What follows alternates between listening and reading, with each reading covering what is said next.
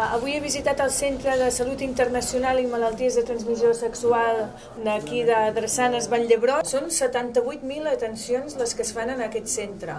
Tenen un nou espai ara molt adequat on aquests tres equips poden treballar conjuntament i per tant hi ha moltes més sinergies entre els tres equips professionals. És un centre pioner, és un centre que s'acosta a la comunitat en els seus tres aspectes que tracta. En primer lloc és la salut internacional, a tot el que fa referència a viatgers, després tot l'aspecte que tracta la tuberculosi al nostre país i després una part important de les malalties de transmissió sexuals que a més estan en tendència creixent, amb uns programes que són pioners al nostre país, que d'una forma anònima fan que la gent es pugui acostar aquí i quan està fins i tot asimptomàtic, no se senten malalts, puguin fer-se les proves no només del VIH sinó també de les malalties de transmissió sexual. Això ens permet tallar cadenes de transmissió, això ens permet fer polítiques de salut pública reals al nostre país.